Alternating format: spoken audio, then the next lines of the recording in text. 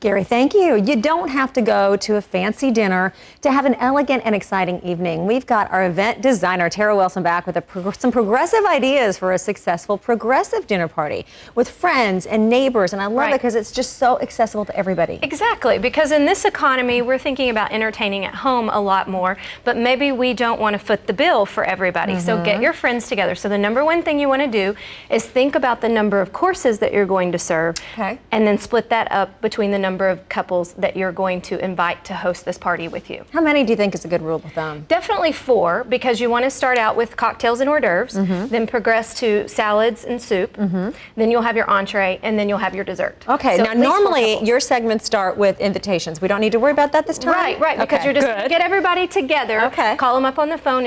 It's appropriate to do that. You don't actually have to send out a formal You've got some suggestions for each course, so let's start at the beginning. Okay, so when you're doing cocktails and hors d'oeuvres, don't feel compelled to have a full bar. You know, that's my number one rule. And I really love to serve Prosecco at my progressive dinner parties. It's bubbly, it's effervescent, but it's inexpensive. Which is that? What is that? Prosecco is a type of an Italian bubbly wine, sparkling wine. Okay. Yep, so a glass of a Prosecco here. And then just a couple of small hors d'oeuvres. We've done wrapped prosciutto around asparagus, and then we've also just done brie with a raspberry. So that can be one person's Absolutely, not very expensive. Now, the other thing that you want to think about is you want to get with your group and prepare the meal. Talk about what you're going to serve so everything will complement. Okay, You don't want someone doing fried catfish and someone else doing a really elegant steak. So another example, would this be in one person's house? Yes, soup and salad. Soup and salad. Okay. This is a gazpacho, so it's cold. Again, it's about easy preparation, so you're not spending a lot of time in the kitchen